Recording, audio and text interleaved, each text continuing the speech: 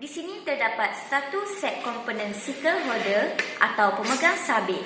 Untuk sambungan cycle holder, pump Pro bersaiz 34 mm digunakan. Masukkan pemegang luaran, letakkan pelapis getah di kedua-dua bahagian bukaan.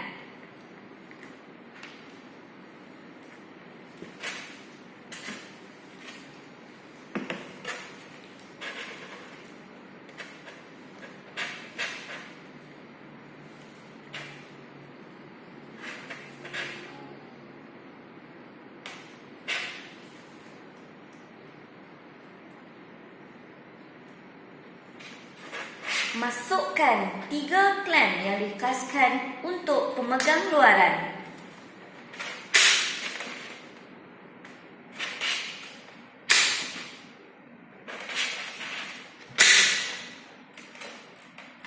Masukkan bolt dan nut untuk klem.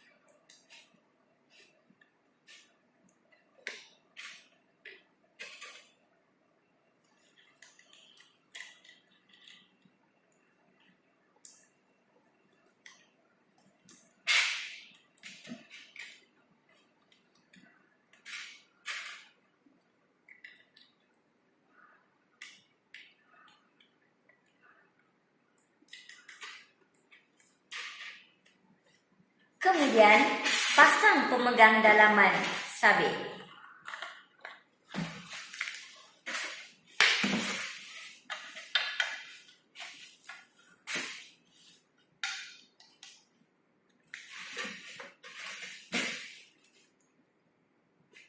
Masukkan klem khas untuk pemegang dalaman tersebut.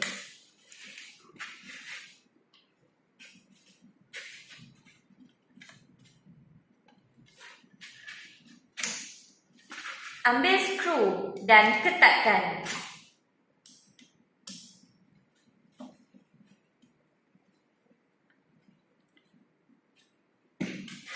Seterusnya, masukkan sabit ke dalam pump Pro.